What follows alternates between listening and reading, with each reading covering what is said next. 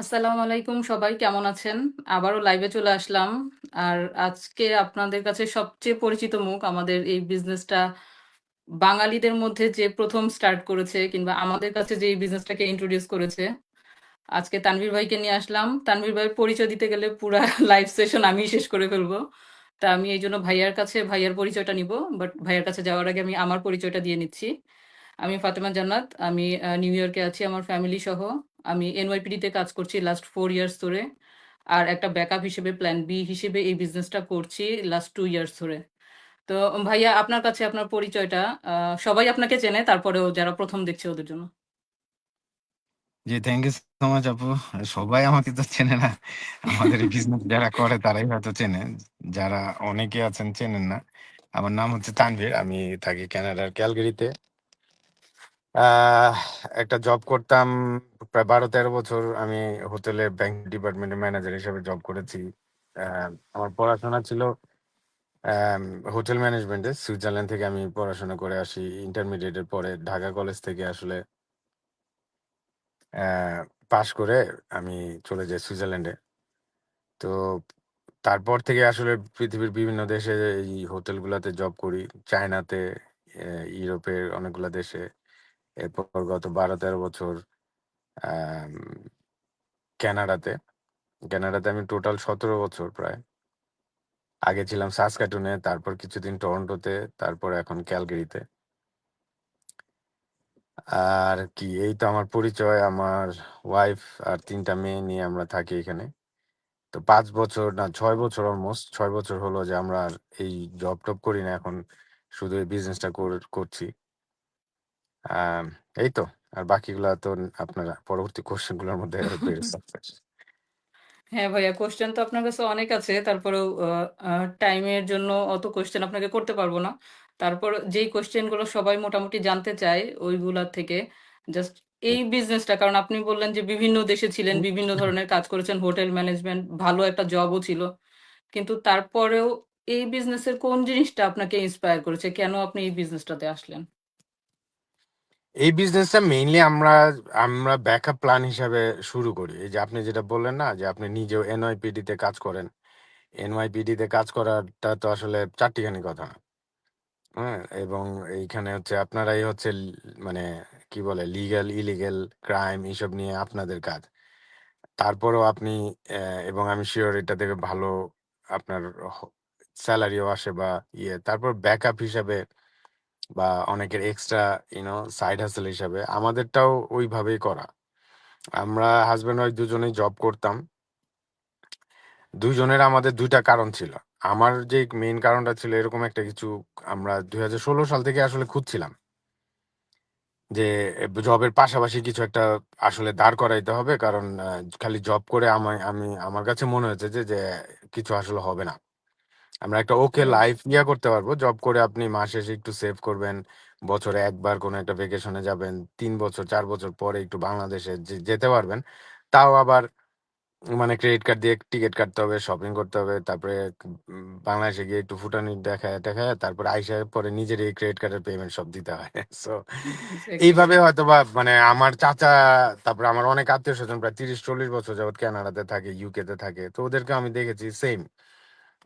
মানে একটা mediocre life. একদম একটা সার্কেলের মধ্যে কাজ করো, বাসায় আসো। হ্যাঁ? শুক্রবার হুম। ওর জন্য ওয়েট করো। কবে শুক্রবার আসবে, শনি রবিবার বন্ধ থাকবে। এই টাইপের। তো আমার ইয়েটা ছিল যে এটা থেকে বের হইতে হবে। আর আমার ওয়াইফের ওকে। রিজন ছিল যে আমাদের ফার্স্ট বেবিটা হওয়ার পরে আসলে আমরা এই বিজনেসটা শুরু করি তো। তো আমার বেবির বয়স যখন, বড় মেয়েটার বয়স ৬ মাস, তখন আমরা এই বিজনেসটা শুরু করি। কারণ তখনই হচ্ছে ওর মানে ম্যাটারনিটি লিভ প্রায় শেষ। ওর জবে যেতে হবে। তো জবে যাওয়ার তখনই ওর ওর খুব মানে আসলে মায়েদের যেটা হয় আরকি। আমরা সব মায়েদের এটা হয় কিন্তু অনেকে পারি না। সেটা হচ্ছে যে আসলে বাচ্চাকে রেখে আবার বিশেষ করে ম্যাট লিভ এর পরে আসলে জবে যাওয়াটা খুবই ইমোশনাল একটা রোলার কোস্টার তাদের জন্য, মায়েদের জন্য। জি, জি ভাই। কারণ এই ৫-৬ মাস বাচ্চাকে কোলে পিঠে করে বড় করছে, ৬ মাস। তারপরে হচ্ছে কান্নাকাটি, খাওয়ানো, এই সেই। এখন হঠাৎ করে রেখে ৮ ঘন্টার জন্য কাজে চলে যাওয়াটা মায়েদের জন্য খুবই আসলে খুবই কষ্টকর। এটা একমাত্র আসলে মায়েরা ছাড়া অন্য কেউ বুঝবে না। এটা যে জি আসলে ভাই। কিরকম লাগে। সো ওই তখন ওর কারণটা ছিল যে আমি আর জবেই যাব না। হুম। তখন ওই ওই কারণে আমাদের এই বিজনেসটা শুরু করা। তারপরে ওর কিছুদিন জবে যেতে হয়েছিল। আমরা 2018-তে শুরু করি। তো ওর কারণটা ছিল যে বাচ্চার সাথে থাকবে, জব যাতে না করতে হয়। আর আমার কারণটা ছিল যে এইভাবে আমি বাকি 30 বছর আমি কাজ করব আর উইকেন্ডের জন্য বসে থাকবো, আমার কাছে এটা ভালো লাগছিল না। এই দুইটা কারণে আসলে আমাদের এটা শুরু করা। জি ভাই, আপনি যে কথাটা বললেন, আমি আমার ফার্স্ট জব যে এনওয়াইপিটির জব শুরু করি হচ্ছে আমার মেয়ে হওয়ার পরেই। তো এর আগে আমি ইউএসএ তে 5 বছর, ইউএসএ তে আছি 10 বছর, তো 5 বছর আমি কোনো কাজই করিনি বাচ্চাদের কথা চিন্তা করে। কিন্তু এই যে বাচ্চা সেকেন্ড বেবিটা হওয়ার পরে যখন জবে ঢুকলাম, একটা ছেলের পক্ষে একটা মেয়ে যেভাবে আসলে জবে গেলে অনেক বাইন্ডিংস থাকে, ঘরে ফোন দিয়ে এটা ওইটা ওইটা, একটা ছেলে মানুষের কিন্তু সেটা থাকে না। সে জবে হুম গেলে হুম মায়ের উপরে ছেড়ে দিয়ে চলে গেছে, এত টেনশন না করলেও হয়। হুম বাট হুম একটা মেয়ের ক্ষেত্রে কিন্তু সেটা হয় না, সে তার বারবার খোঁজ খবর নিতে হয় যে বাচ্চারা কি করছে। তো আমার মেয়েটার যখন 1.5 বছর তখন আমি জয়েন করি।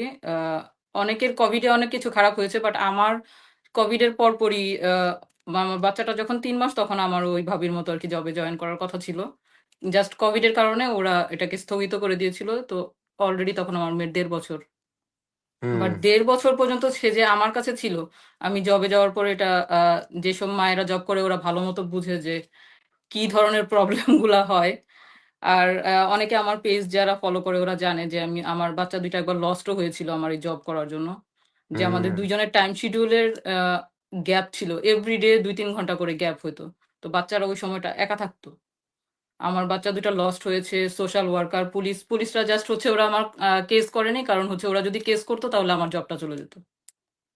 জাস্ট ওরা ও সোশ্যাল ওয়ার্কারের কাছে আমাকে ছেড়ে দিয়েছিল, বলেছিল নেক্সট টাইম যদি হয় ওরা আমার আমার কাছ থেকে আমার বাচ্চাদেরকে নিয়ে নিবে। তো ওই ক্ষেত্রে না পারছি আমি জব ছাড়তে, কারণ জব ছাড়তে গেলে আমার হাজবেন্ডের উপরে অনেক প্রেশার। এত কিছু ও একা মেনটেন করতে পারতেছে না, আর যদি জব না ছাড়ি তাহলে বাচ্চাদের এই প্রবলেম হচ্ছিল। যার কারণে আমিও এরকম অনলাইনে একটা জিনিস সবসময় সার্চ করছিলাম যেটা আমি ঘরে বসে করতে পারবো। তো তখনই হুম আমিও হুম। এই বিজনেসটা শুরু করি ভাইয়া। তো আপনার কাছে ভাইয়া আরেকটা কোয়েশ্চেন, সেটা হচ্ছে যে মানে বাঙালিদের, আমি যে শুরুতে আপনাকে ইন্ট্রোডিউস করলাম যে বাঙালিদের মধ্যে আপনি হচ্ছেন অনেক আগেই বিজনেসটা শুরু করেন। তো সেই ক্ষেত্রে আপনার কোনো বাঙালি মেন্টর কিংবা কোচ ছিল না। তো শুরুতে আপনার কি ধরনের চ্যালেঞ্জ কিংবা কি ধরনের প্রবলেম আপনি ফেস করেছেন, আর সেটা ইমপ্রুভ করে এখন এই পর্যন্ত কিভাবে আসছেন? হ্যাঁ, আমি তো আসলে জয়েন করেছিলাম বিদেশি একজনের অ্যাড অ্যাড দেখেই। হুম। সো ও আমাকে যতটুকু সম্ভব মেন্টরিং করা শেখানো আমাকে শিখিয়েছে, কিন্তু at the end of the day তো বিজনেসটা আমার, তাই না? So right. আমারটা আমাকে ওইভাবে ইয়ে করতে হবে। তো আমার স্ট্রাগল চ্যালেঞ্জেস তখনও ছিল, এখনো আছে। একটা বিজনেস করেন, আপনি যেইটাই করেন না কেন, ইভেন কি জবেও তো আপনার ঝামেলা থাকেই। বসের রাইট। কেচের কেচের, সুপারভাইজারের কেচের কেচের, কাস্টমারদের কেচের কেচের, তারপরে টাইমিং মিলে না অনেক সময়, কত রকমের এইগুলো করে তো আমরা জব টপ করি। সো আর বিজনেস তো আরো বেশি, একটা অফলাইনের বিজনেস হলে তো আপনার কত রকমের ঝামেলা। এটা মানে যারা অফলাইনে একটা রেস্টুরেন্ট আছে বা একটা দোকান আছে তারা জানে। সো আমাদের এই বিজনেসটা তো আমার এরকম স্ট্রাগল চ্যালেঞ্জেস ছিল। কিন্তু মূল যেই ব্যাপারটা আমার সবসময় ছিল, যেটা এখনো আছে, সেটা হচ্ছে যে আমাকে এটাতে সাকসেস হইতেই হবে। এই মাইন্ডসেটটা আমার সবসময় ছিল। তখন হয় কি, যত বাধা আসুক, প্রবলেম আসুক, আপনি এগুলা ডিল করবেন। বেসিক্যালি জি। সাকসেসের মানে আমি যেটা সবসময় বলি, সাকসেস আর ওই সাকসেস পর্যন্ত যেতে একটাই ওয়ে আছে। প্রবলেম গুলাকে ডিল করতে করতে করতে করতে আপনি যখন সলভ করবেন, অটোমেটিক আপনি তখন ওই সাকসেসে জায়গা যাবেন। সেটা যেই ধরনের লাইনেই বলেন না কেন, যারা সাকসেসফুল মানুষ আপনি দেখেন এখন, সেটা আপনার জবে সাকসেসফুল হোক, পিএইচডি হোল্ডার হোক, যে কোনো একটা ডাক্তার হোক, বা যে কোনো একটা বিজনেসে সাকসেস হোক, মিলেনিয়ার হোক, বা যে কোনো কিছুতে, যারা পিএইচডি করে, যারা ডাক্তার হয়, তারা দেখেন কত পড়াশোনা, কত রকমের। একদিক দিয়ে মা মারা গেছে, আরেক দিকে হচ্ছে তার ফাইনাল পরীক্ষা। এরকমও কত মানুষের হয়েছে। হুম।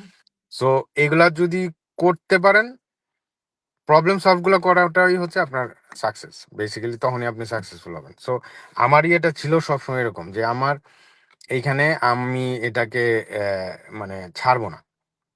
এটাতে যেই বাধা আসুক, বিপত্তি আসুক, প্রবলেম আসুক, I will deal with it. এই ইয়াটা থেকে আসলে আমি বলবো যে আমার এই পর্যন্ত আসা।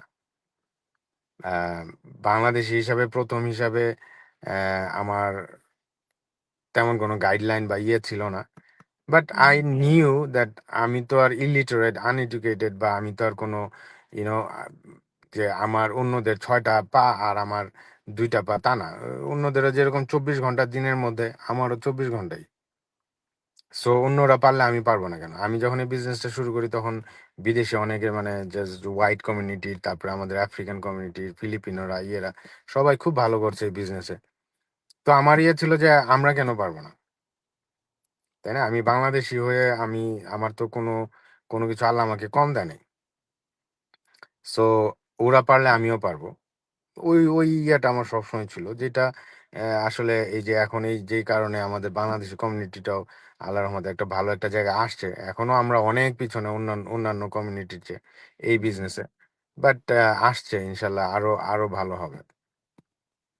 তাও ভাইয়া লাস্ট 1 বছরে তো মনে হয় আমাদের এর আগের বছর যা ছিল তার থেকে 3 গুণ লোক এখন এই হুম, বিজনেসে অনেক বেশি।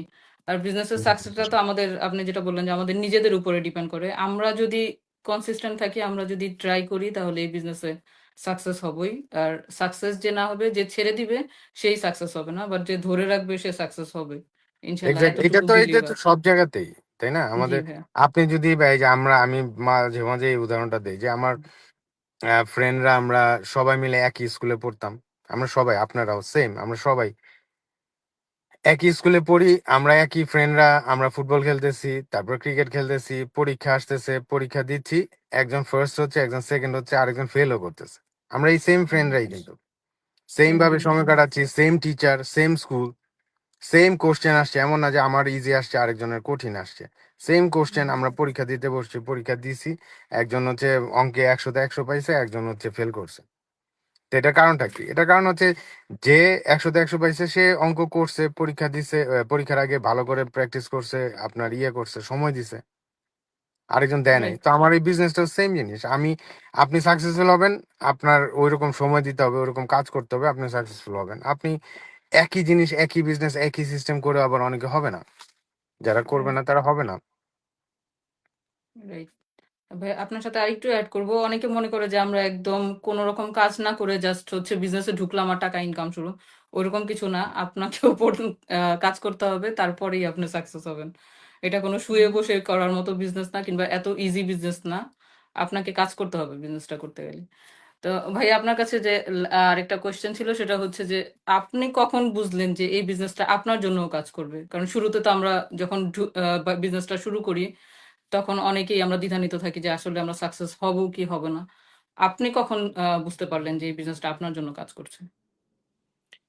ওয়েল, প্রথম আমার একদম প্রথম থেকেই আমি সাকসেস হব কি হব না এটা নিয়ে আমি কখনোই চিন্তাই করিনি। আমি যে আজকে এই পর্যন্ত যতটুকু আসছি, এইখানেও যে আসবো, এটা আমি বিজনেসের শুরুতে আমার কোনো প্ল্যানও ছিল না, আমি চিন্তাও করিনি।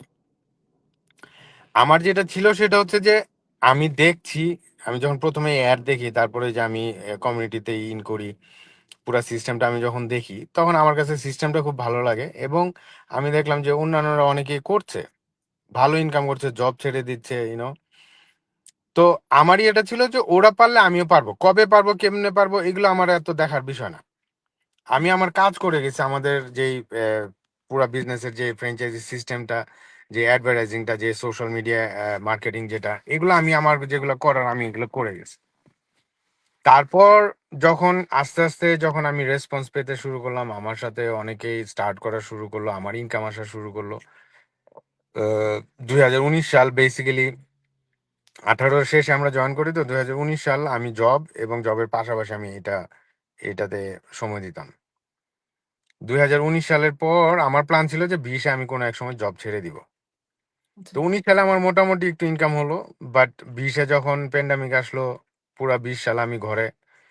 তো 20 সালে আমার ইনকাম, এই প্যান্ডামিকের সময় যখন সবার জব টব নাই, ইনকাম নাই, গভর্নমেন্টের টাকা দিয়ে চলতেছে, ওই 2020 সালে ওই সময় আমি 2020 সালে আমার T4, মানে ওই যে আপনাদের এখানে যেটা 1099, জি। আমাদের কানাডাতে হচ্ছে T4, TD1 আসে যেটা, ওইটা আমি যখন 21-এর জানুয়ারিতে পেলাম, আমার 2020 সালে আমার ইনকাম হলো $105,000, যেটা আমি গত এর আগের 14-15 বছরে কানাডাতে জব করে আমার এরকম কোনো ইয়ে হয়নি, জাস্ট অনলি বিজনেস থেকে? শুধু বিজনেস থেকে। তো আমার আমার আমার হোটেলের স্যালারি ছিল আমার টোটাল কত $72,000 মতো পার ইয়ার, ইয়ারলি আমার স্যালারি। তো যখন আমি এই এই বিজনেস থেকে 105,000-এর মতো ইনকাম হলো আমার, তখনই আমি ওই আপনি যেটা বললেন যে কখন বুঝতে পারলাম, তখন আমি বুঝতে পারলাম যে দিস ইজ ইট। আমার আসলে ওই জব টব আর 8 ঘন্টা 10 ঘন্টা আরেকজনের কামলা দিয়ে আমার আর আসলে বোকামি হবে। এইখান থেকে আমি 1 বছরে যেটা এটা ইনকাম করেছি, আমার যদি এরপর আর ইনকাম নাও বাড়ে, আমি যদি প্রতি বছর এইটাও করি, এই ইনকামটাও করি, আমার একে তো হচ্ছে আমার নর্মাল জবের চেয়ে $30,000 বেশি পাচ্ছি। দ্বিতীয়ত হচ্ছে আমি পুরা সময়টা আমি ঘরে থাকতে পারছি। আমাদের এখানে কানাডাতে, আপনাদের নিউ ইয়র্কে তো হালকা পাতলা স্নো হয়। আমি আপনাকে জানি না, আমি এটার ইয়েটা ঘুরাইতে পারবো কিনা, ক্যামেরা ঘুরে কিনা এখানে। এখন আহ স্নো হচ্ছে? না, ক্যামেরা ঘুরবে না। বাট আমি এবার, না স্নো হচ্ছে না, কিন্তু আপনি স্নোর ইয়েটা দেখেন, এই হুম যেগুলো সব হুম হুম। স্নো, ঠিক আছে? আর জি আর জি। এই মুহূর্তে স্নো হচ্ছে না, বাট এটা হচ্ছে আমাদের একদম নর্মাল। এর চেয়ে নর্মাল। বেশি আরো স্নো হয়। গত 3-4 দিন প্রচুর স্নো হয়েছে, মানে সামনে গাড়ি দেখা যায় না এরকম অবস্থা। সো এইরকম ওয়েদারে আমার যে বাইরে যাই, মানে যেতে হবে না, আমি যে ঘরে বসে থাকতে পারবো এবং আবার ইনকামও হবে, এর চেয়ে ভালো আর আমার কি আছে? তো তখন আমি বুঝে এক্স্যাক্টলি। ফেলছি, যার কারণে 21-এ যখন আমাদের হোটেল আবার ওপেন হওয়া শুরু করলো, আমার জিএম আমাকে মেসেজ দিল, ফোন দিল যে হ্যাঁ আমরা আস্তে আস্তে খোলার চিন্তা ভাবনা করছি, তুমি কবে আসতে পারবা বা কবে আসবে এরকম। আমি বলছি যে সরি, আমি আসলে আর জবে আসবো না। সো 21 থেকে আমি আর জবে যাই নাই। সো 20 থেকে 20-এর মার্চ থেকে এই যে এখন পর্যন্ত আমরা আর কোনোদিন জব করিনি। আলহামদুলিল্লাহ। সকালবেলা 9টার সময় উঠে এই স্নোর মধ্যে বা ইয়েতে যেতে হবে। আমার শিফট, আমার ব্যাংকোয়েটে যেহেতু ছিলাম, আমাদের 12টা 1টা বাজতো সব প্রোগ্রাম শেষ হতে। আমি বিলিং টিলিং করে সবার ইয়েটে করে আমি ক্লোজ করে আসতে আসতে আমার 2টা 2:30 বাজতো। তো রাতে 2টা 2:30টার সময় -40 -35 বাইরে স্নো হচ্ছে, এরকম সময় আবার বাসায় ড্রাইভ করে আসো। মানে আল্লাহর রহমতে এই যে গত 6 বছর যাবত we don't do any of those.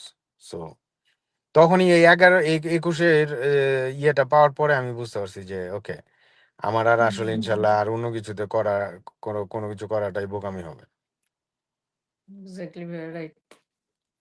আমি যখন ফোর ফোরে হওয়ার পরে আমি এখন ডিসাইড করতে পারতেছি যে শুধু এইটাকেই প্রফেশন হিসেবে নেওয়া যাবে।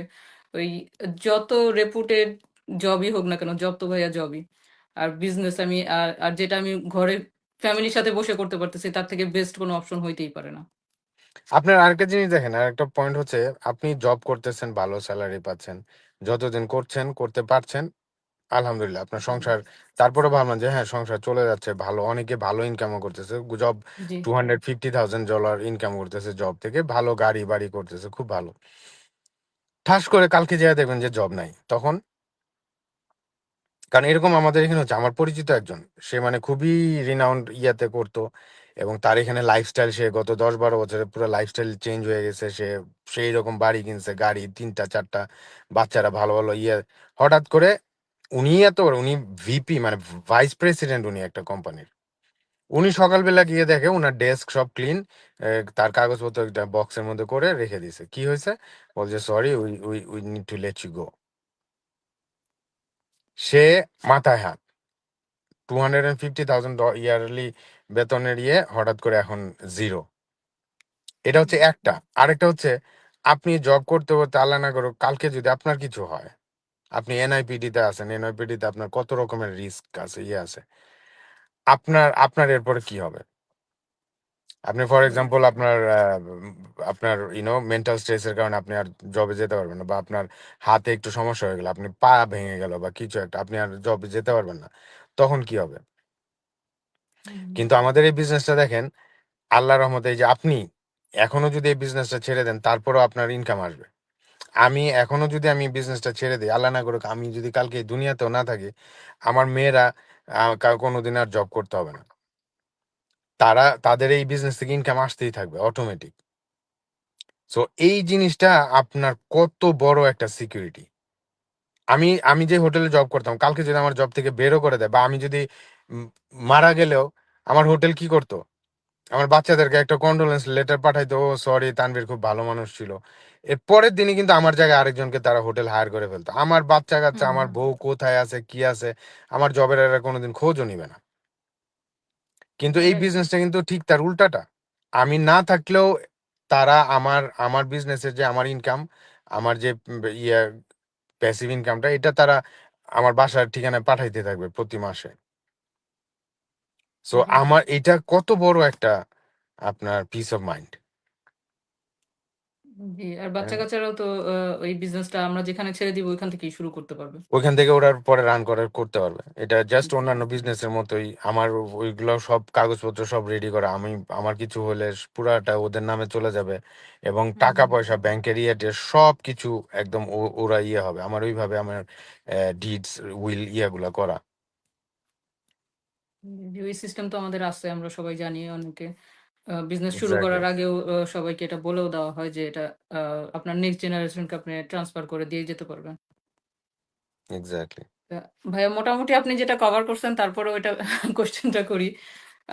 আপনার লাইফ স্টাইলে এই বিজনেসটা করার পরে কি ধরনের চেঞ্জেস আপনি পাচ্ছেন? কারণ আপনি তো আগে লং টাইম কাজ করতেন, এখন ঘরে বসে কাজ করতেছেন।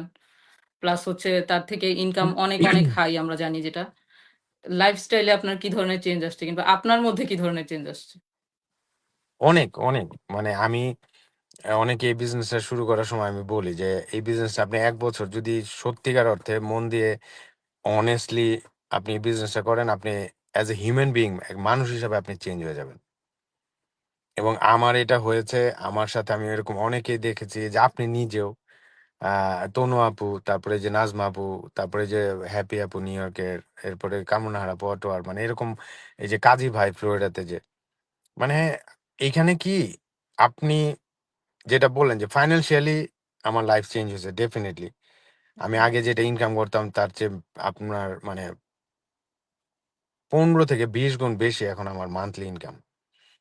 তো ফাইন্যান্সিয়াল আপনার ওই পিস অফ মাইন্ডটা আছে। আপনি যখন যা ইচ্ছা তাই কিনতে পারবেন, করতে পারবেন। আপনার টাকা-পয়সার চিন্তা করতে হয় না। হুম, হুম, অ্যাম এবং আপনি অবশ্যই এই কারণে আপনার বাচ্চাদের সাথে সময় দিতে পারবেন না। আমি আর আমার ওয়াইফ মানে লিটারেলি আমরা 24/7 আমাদের বাচ্চাদের সাথে। এইগুলা ছাড়া সবচেয়ে বেশি আমার কাছে মনে হয় যেটা আমি এখন ফিল করি, বিজনেসের শুরুতে দেখা যাবে যে আপনি ইনকাম, আপনার টাকা কিভাবে ইনকাম বাড়াবেন এইগুলা। তো এইগুলা যখন হয়ে যায় না, তখন আপনার আমার কাছে যেটা ইদানিং হচ্ছে, মানে গত ১-১.৫ বছরে, সেটা হচ্ছে যে আমি জানি যে আমার ইনকামের আর কোনো টেনশন নাই বা ইয়ে নাই। আমার ইনকাম আসতেছে বা আমার সংসার চলে যাবে। কিন্তু আমি যেই মানুষগুলাকে হেল্প করছি বা যেই আমাদের এই যে কমিউনিটিটা গ্রো করছে, ইয়ে করছে, আমাকে যখন কেউ একজন মেসেজ দেয় যে, "ভাইয়া এই যে কালকে এরকম ইনকাম হইছে", মানে ফোন করে হুম, হুম, মানে খুশির কান্না কাটে। মানে খুশিতে সে ইয়ে করে যে, "ভাই আমি আমার জীবনে কল্পনা করি নাই এইরকম আমি ইনকাম করতে পারবো। ভাইয়া হুম, আমি দেশে আমার মার জন্য একটা ইয়ে করছি। ভাইয়া আমি দেশে মসজিদ বানাইতেছি", বা "ভাইয়া আমার বাচ্চাটাকে আমি এখন প্রাইভেট স্কুলে, ইসলামিক স্কুলে দিচ্ছি", বা "ভাইয়া আমরা এই দেশে একটা বাড়ি করতেছি", বা এইখানে একটা ইয়ে এগুলা করে যখন আমাকে মেসেজ পাঠায় এবং আমাকে থ্যাংকস দেয়, যদিও এটা 100% তাদের হার্ড ওয়ার্ক বা তাদের ইয়া। কিন্তু তারা যখন আমার কথা স্মরণ করে বা আমাকে এটাও জানায়, আমার কাছে মনে হয় কি যে টাকা-পয়সা বা আমার পার্সোনাল অ্যাচিভমেন্ট এর চেয়ে এইটা আমার কাছে এখন আমার অনেক বেশি ভাল লাগে। এবং এই জিনিসটা যে আমি করছি শুধু তা না। এটা কিন্তু আপনিও করছেন। যে এই বিজনেসটা করছে সেই এটা করতেছে। আমরা আরেকজনকে হেল্প করতেছি। আমি আজকে যেই জায়গাটাতে আসছি, এইটাতে কিভাবে আসতে হয় আমি জানি। আমি এখন আরেকজনকে শিখাচ্ছি এইখানে কিভাবে আসা যায়। হুম, হুম, বুঝতে পারছেন? সো এই এখন আমার কাছে মনে হয় কি ফুলফিলমেন্ট যেটাকে বলে। আপনার একটা হচ্ছে আপনার অ্যাচিভমেন্ট। আপনি অনেক কিছু অ্যাচিভ করলেন কিন্তু ওইটাতে যে ফুলফিলমেন্ট হবে তা না। মানে আত্মতৃপ্তি যেটা ফুলফিলমেন্ট যখন যেটা হয় সেটা হচ্ছে আমি যখন এইরকম মেসেজগুলা পাই। রাইট। যে জি ভাইয়া এই বিজনেসটা আমার এইটা চেঞ্জ করছে। এই বিজনেসটার জন্য অনেকের বেশ কয়েকজনের আছে যে তাদের স্পেশাল চাইল্ড যে ভাইয়া আমি এখন আর জবে যেতে হয় না। আমার স্পেশাল বাচ্চাটার সাথে আমি 24/7 আমি যে থাকি, এইটাই আমার কোটি টাকার দামের। আমার আর কিছু দরকার নাই এই বিজনেস থেকে। জি জি। সো এইটা হচ্ছে আমার এই এতদিনের আমার প্রাপ্তি বলতে পারেন ফাইন্যান্সিয়ালি এগুলো একটা সময় ছিল। এখনো ওইটাও আমি এনজয় করি, যেমন আমি যে আমরা এই যে আগামী সপ্তাহে আমরা লস এঞ্জেলস যাচ্ছি, আমি মাত্র গত মাসে ইটালি থেকে আসলাম। আমাদের সবারই কম বেশি সবাই আমরা ট্রাভেল করতে খুব পছন্দ, ভাল লাগে দেশ বিদেশ ঘুরতে। এই যে আমি হুম। এখন যখন ইচ্ছা তখন আমরা যেতে পারি, এটাও তো বিরাট বড় একটা ব্লেসিং। সো টাকাটা ভালো, বাট এর চেয়ে বেশি আমার যেটা ইয়ে হয় যে আমি যখন এই ধরনের মেসেজগুলো পাই যে ভাই আমার এই হয়েছে, আমার সেই হয়েছে এই বিজনেসের জন্য, তখনই আমার আসলে আসল ফুলফিলমেন্টটা হয়। মেন্টাল স্যাটিসফ্যাকশনটা বড় কথা। তারপরেও Exactly. আমরা সবাই ভাই আপনার কাছে অনেক, অনেক গ্রেটফুল। কারণ আপনার মাধ্যম দিয়ে আপনি যে উদ্যোগটা নিছেন বাঙালিদের আমাদেরকে এটা আপনাকে মানতেই না, হবে না, না। ভাইয়া যে আপনি যে উদ্যোগটা নিয়ে আমাদেরকে সামনে আসার জন্য কিংবা এই বিজনেসটাকে আরো প্রসার করার জন্য বাঙালিদের মধ্যে যেই হেল্পটা কিংবা যে উদ্যোগটা নিয়েছেন এটা কারো না কারো নিতেই হতো। বাট এটা আপনার মাধ্যম দিয়ে হয়েছে। তো আমরা অলওয়েজ আপনার কাছে এটার জন্য গ্রেটফুল। এটা আপনাকে মানতে হবে ভাইয়া। আমি এটা কখনো ইয়ে করি না, আমি ওইভাবে দেখিও না, কারণ ওই যে আমি আপনি যেটা বলেন আমি সবসময় বলি যে আমি না হলে এটা অন্য কেউ হয়তো করতো। আর আমিও যে সেরকম আমি আমি লিটারেলি আমি কিছুই করছি না, যারা আপনারা করছেন বা যারা সাকসেসফুল হচ্ছে একদম যার যার নিজেদের হার্ডওয়ার্কের জন্য। হ্যাঁ, আমার একটা জিনিস যেটা, যে ওই যে বললাম যে আমি 7 বছরে যেই রাস্তাগুলো দিয়ে আসছি এখানে, আমি এখন এই রাস্তাটা জাস্ট আপনাদের সবাইকে দেখাই বা যারা এই বিজনেসটা করতে চায়, এবং আপনিও তাই করতেছেন, আপনার সাথে যারা বিজনেসটা স্টার্ট করছে তাদেরকে আপনি এই রাস্তাটা দেখাচ্ছেন এই। বাট যার যার সাকসেস ইয়ে টিয়ে রিজিক তো আল্লাহর হাতে একমাত্র আছেই, প্লাস আপনার যার যার হার্ডওয়ার্কের কারণে ইয়েটা হচ্ছে। সো আমরা আল্লাহর রহমতে আমরা খুবই হ্যাপি, এবং মানে ওই যে যেটা বললাম যে বাংলাদেশি কমিউনিটি ইনশাল্লাহ আমাদের আরো বেশি বড় হবে। অন্যান্যরা যেরকম তাদের দেশের নাম উজ্জ্বল করতেছে, অন্যান্যরা যেমন তাদের ফ্যামিলির লাইফ চেঞ্জ করতেছে, ইনশাল্লাহ আমরা বাংলাদেশের এরকম আরো অনেক করব। ইনশাআল্লাহ। জি ভাই। লাস্টের দিকে চলে আসছি প্রায়। তো আপনার কাছে ভাইয়া লাস্ট কোয়েশ্চেনটা এখনো আমরা যখন এড দেই মাঝে, মাঝে দেখা যায় যে এমন, এমন মানুষের কাছে এড গুলো যায় যারা কখনো এই বিজনেস সম্পর্কে শোনেই নাই। আবার হুম। যারা এমন মানুষ আছে যে যারা মানে প্রতিনিয়ত শুনতেছে তারপরেও ওদের ভিতরে একটা ভয় কাজ করতেছে। আসলেই কি বিজনেসটা কি কাজ করবে কিনা? কিংবা আসলেই তারা করতে পারবে কিনা? কিংবা এটা ওইরকম কোনো হুম। কিছু না যেটাতে তাদের কোনো প্রবলেম হবে। তো ওদের ক্ষেত্রে আপনি কি বলবেন? বিশেষ করে মানে যারা বিজনেসটা করতে চাচ্ছে কিন্তু এক পা আগাচ্ছে আবার এক পা পিছায় যাচ্ছে এরকম। ওয়েল, হ্যাঁ, ভয় পাওয়াটা খুবই স্বাভাবিক, সন্দেহ করাটা খুবই স্বাভাবিক। আমি নিজেও করেছি, আমি এমন না যে একদম দেখে একদম ইয়ে করে, আমি অনেক খোঁজ খবর করেছি, ভিডিওগুলা দেখেছি, অনেক চিন্তা ভাবনা করেছি, অনেক যে বললাম যারা সাকসেসফুল এই বিজনেসটা করে তাদের আমি ফলো করেছি, দেখেছি তারা আসলে কি রিয়েল মানুষ কিনা নাকি এগুলা জাস্ট বলতেছে। তো ভয় পাওয়া, স্কেপটিক্যাল হওয়া খুবই স্বাভাবিক, এটা খুবই নর্মাল, এটা হওয়াতে কোনো সমস্যা নেই। এক পা আগান দুই পা পিছান এটাতেও কোনো সমস্যা নেই। সমস্যা হচ্ছে যখন না জেনে না বুঝে অনেকে এটাকে একটা গণ্ডির মধ্যে বেঁধে ফেলে। যেমন অনেকে বলে যে এটা নাকি ডেস্টিনি। আমি জানি না ডেস্টিনি কিভাবে বাংলাদেশে কি করছে। ডেস্টিনি কিন্তু, কিন্তু যাদের সাথে যারা এটা বলে তারা সবাই ডেস্টিনি করে আসছে। করতো। জি ভাইয়া। করতো। আমিও ঠিক জানতাম আছে? না। এখন একটু, একটু জানি আরকি। সো এরকম বলে। আবার অনেকের ডাইরেক্ট নেগেটিভলি বলে যে এটা আসলে ভুয়া বিজনেস বা ইয়ে বিজনেস। তো যারা একদম ডাইরেক্টলি মনে করে ভুয়া বিজনেস তারা করবে না। আমাদের এড এর মধ্যে আসলে ফেসবুকে আমরা যখন এড করি, এড এর মধ্যে যদি বিশ্বাস করেন আমরা যদি পারতাম তাহলে আমরা ওইভাবে সিলেক্ট করে দিতাম যে ওই মানুষদের কাছে যাতে না যায়। কিন্তু ওইভাবে তো আর আমরা ফেসবুক অ্যালাউ করে না ওইভাবে সিলেক্ট করার জন্য। সো এখন এডটা আপনার একজন শিক্ষিত মানুষের কাছে যায়, একজন অর্ধশিক্ষিত মানুষের কাছেও যায়, একজন অশিক্ষিত মানুষের কাছেও অ্যাডটা যায়, সবার কাছেই তো ফেসবুক আছে।